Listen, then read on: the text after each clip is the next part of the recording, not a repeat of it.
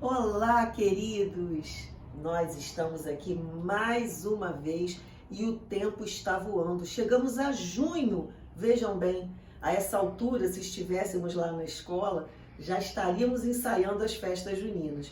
Mas os tempos são outros e nós temos que nos adaptar ao que temos, não é verdade? E fazer desse nosso tempo o melhor que nós pudermos, ok? Então, sempre com esperança, sempre focados, tanto no estudo quanto nos cuidados com a saúde, e nós vamos seguindo até o momento em que isso tudo vai acabar. Cada dia que passa é menos um dia para nós estarmos distantes, ok?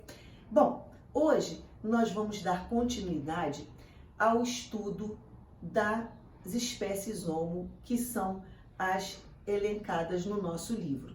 Nós vamos estudar, aliás, já estamos estudando, o nosso livro aponta 4 espécies Homo para o nosso estudo esse ano, que é o Homo habilis, que vocês se lembram bem, que é aquele que já tinha habilidade, o primeiro a ser encontrado próximo de objetos de pedra, ou seja, aquele primeiro homem que possuía habilidade manual para fabricar instrumentos.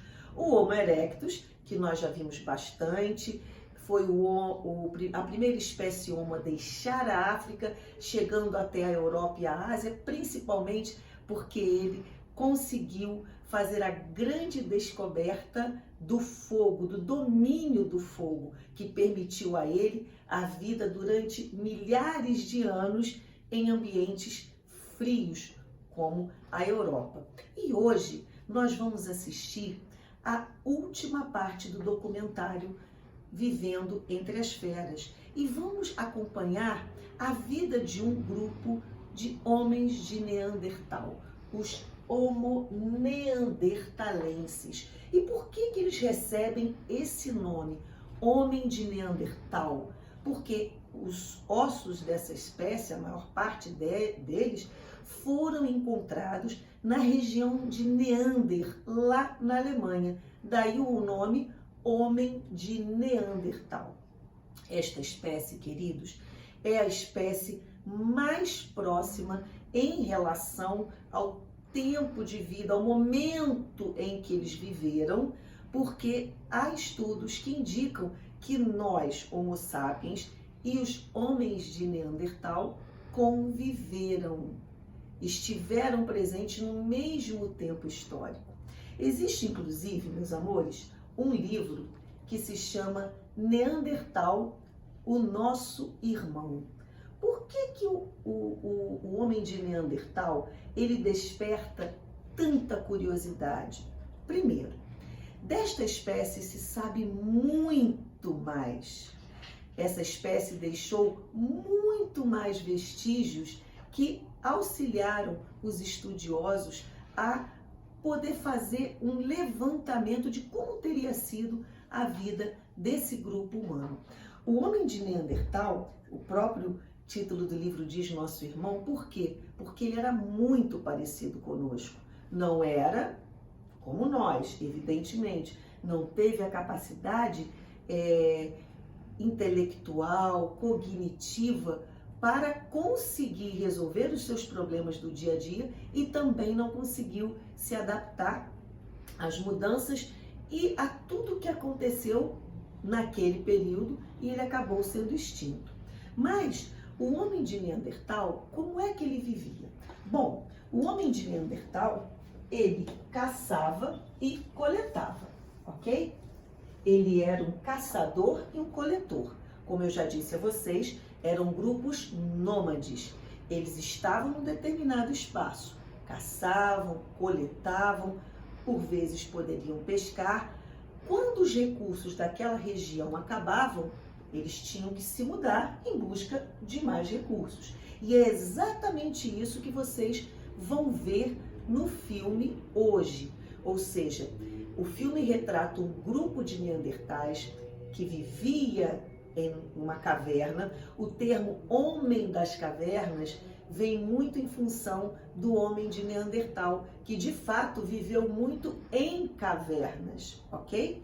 Então eles caçavam e coletavam. Os homens, como vocês lembram, eram os responsáveis pela caça e as mulheres faziam a coleta de frutos e raízes e também cuidavam do espaço da caverna. Produziam também instrumentos. Quando os homens chegavam com a caça, por exemplo, no nosso filme, nós vamos ver a caça de um bisão, que é um parente do boi. Imagina um boi enorme. E eles aproveitavam tudo da caça, tudo. A pele, os ossos, a carne, o chifre, tudo era aproveitado. E a pele, por exemplo, usada para fazer as roupas, era também trabalhada, era raspada, era posta para secar, tudo isso com os instrumentos de pedra lascada. Esses homens de Neandertal eram excelentes caçadores e tinham armas muito mais potentes. Eles já fabricavam uma arma muito mais letal, que eram as lanças com troncos, né, com pedaços de madeira e a ponta de pedra lascada. O homem de Neandertal produzia todos os seus objetos com a pedra lascada. E eu estou insistindo nisso para vocês gravarem, que até esse momento a pedra era lascada, porque mais na frente na história humana já vamos ter uma outra forma de se trabalhar a pedra, ok? Então os homens de Neandertal fabricavam essas lanças com cabo de madeira e ponta de pedra lascada, que eram muito letais. No entanto, essas armas, essas lanças, elas eram muito pesadas.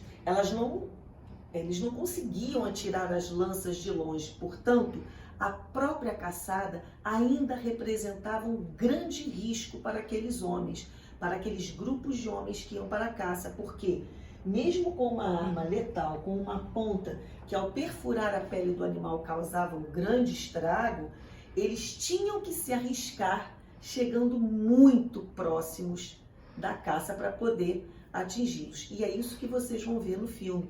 Na verdade, eles começam com a cena da caçada de um bisão, ok? Bom, outra característica muito importante desse homem de Neandertal é algo que os cientistas chamam, né, os estudiosos, de pensamento mágico. Não.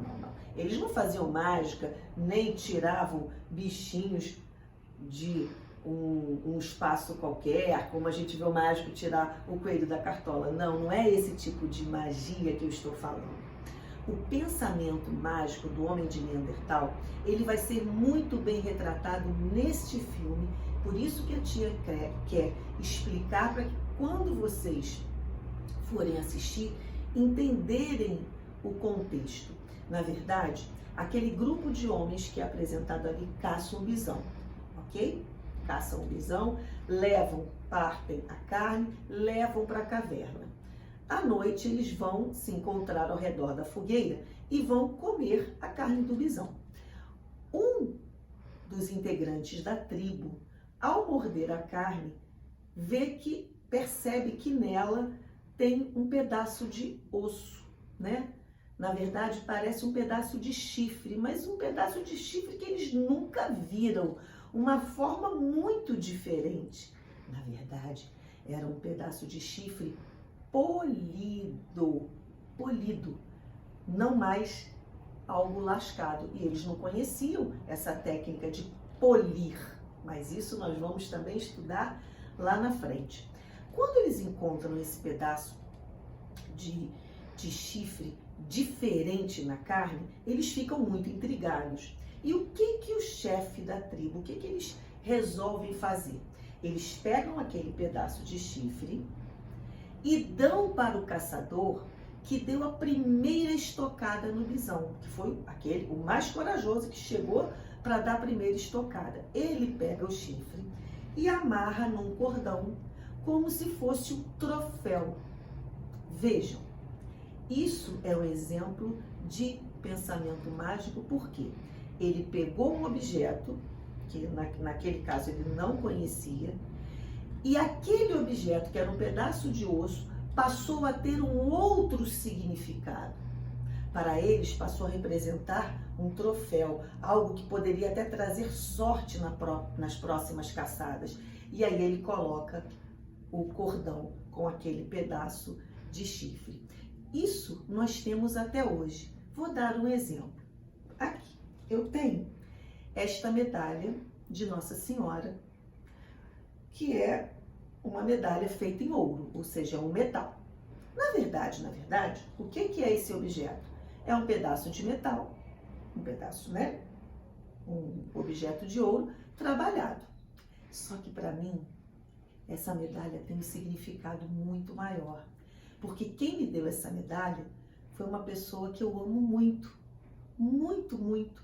E toda vez que eu uso esta medalha, eu me sinto protegida. Então vejam, esse é o sentido do pensamento mágico. É você atribuir ao objeto um poder que, se nós formos analisar friamente, ele não tem. Isso aqui é uma medalha de ouro, pronto, é um pedaço de metal. Mas para mim tem um significado muito importante, entenderam? Esse é o pensamento mágico, ou seja, ter uma ideia que vai além do que é a realidade que a gente pode ver, ok? E nós sabemos muito sobre os neandertais, por quê? Porque, queridos, eles já enterravam os mortos. O fato deles já enterrarem os mortos traz para os pesquisadores muito mais elementos para que possamos conhecer a vida desses homens que viveram junto conosco, mas que foram extintos. Eles já enterravam os mortos.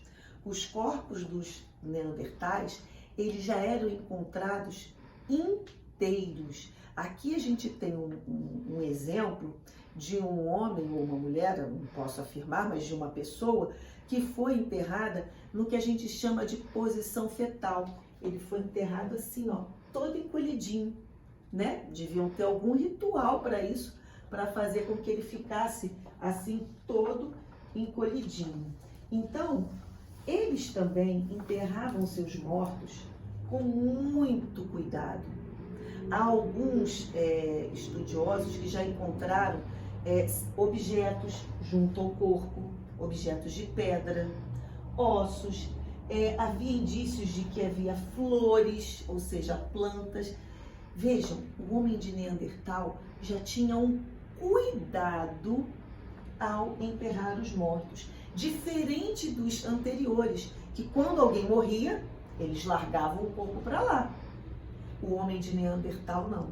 Ele já tinha essa preocupação de enterrar os mortos, ou seja, acredita-se que ele tenha sido a primeira espécie a praticar rituais funerários, ou seja, rituais de sepultamento. E eu já li também que alguns especialistas acreditam que eles poderiam acreditar até numa vida após a morte, ou seja, enterravam os mortos com objetos que seriam importantes para eles, vamos dizer, numa nova vida. No nosso filme, vocês vão ver uma cena parecida com essa. Depois nós vamos também fazer um registro sobre o que nós aprendemos a respeito dos homens de Neandertal.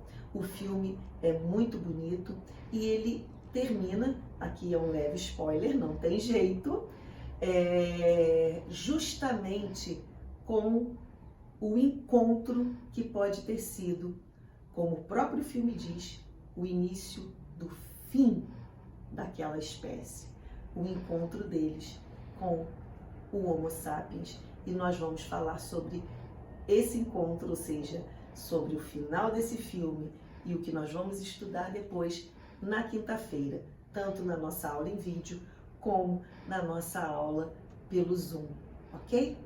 Então, só para nós recapitularmos, para vocês hoje assistirem o filme com tudo muito fresquinho na cabeça. O homem de Neandertal é considerado o nosso irmão, a espécie mais próxima de nós, a espécie com a qual nós podemos ter convivido no mesmo tempo histórico. O homem de Neandertal recebe esse nome, Homo neanderthalensis, porque seus ossos, a maioria deles, foi encontrada na região de Neander, na Alemanha. Ele caçava e coletava e produzia armas mais potentes, como as lanças com as pontas de pedra lascada. Já possuía o pensamento mágico, ou seja, atribuía determinados objetos, praticava rituais funerários, enterrava seus mortos com um sentido diferente, dava aos objetos um poder que talvez eles não tenham, mas que no nosso pensamento ele tem. E aí nós lembramos do caso do cordão, né, da medalha da tia Cris, que é um metal, mas que para mim tem um sentido muito maior. Então assistam hoje o restante do filme. Eu vou agora colocar o filme na íntegra e vocês vão então ou assistir tudo novamente ou partir, né, da parte dos neandertais. Eu vou colocar lá para vocês na nossa plataforma. Um beijo enorme, até quinta. Eu fico aqui contando as horas para o nosso encontro. E na quinta nós vamos, então, aprofundar um pouco mais esse e outros assuntos nas nossas aulas, ok? Um beijo para vocês.